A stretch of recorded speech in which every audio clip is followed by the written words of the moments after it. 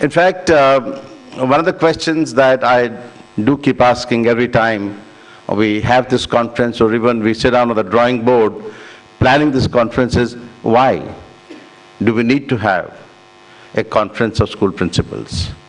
And what are we trying to achieve? I'm sure that's a question that each one of you would also be addressing. Ladies and gentlemen, given the rising complexities of managing schools,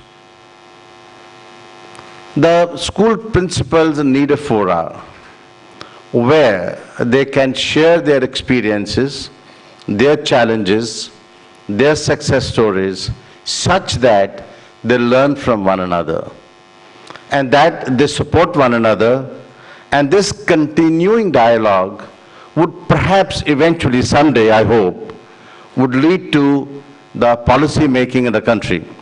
See, as of today, as you know, the policy making seems to be a very exclusive preserve of my erstwhile colleagues, the civil servants, who probably sit in the secretariat and get some great ideas and shape the policies.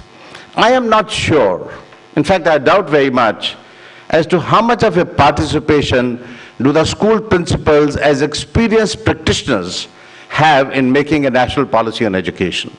I am not sure. You know, there are symbolic representations of an odd principal being picked up to be a part of the committee or something, but that does not represent truly the aspirations, the challenges, and the experiences of the school principals. So therefore, I do think a national dialogue on what the education ought to be, what is it that it should deliver to the child, and how is very, very important.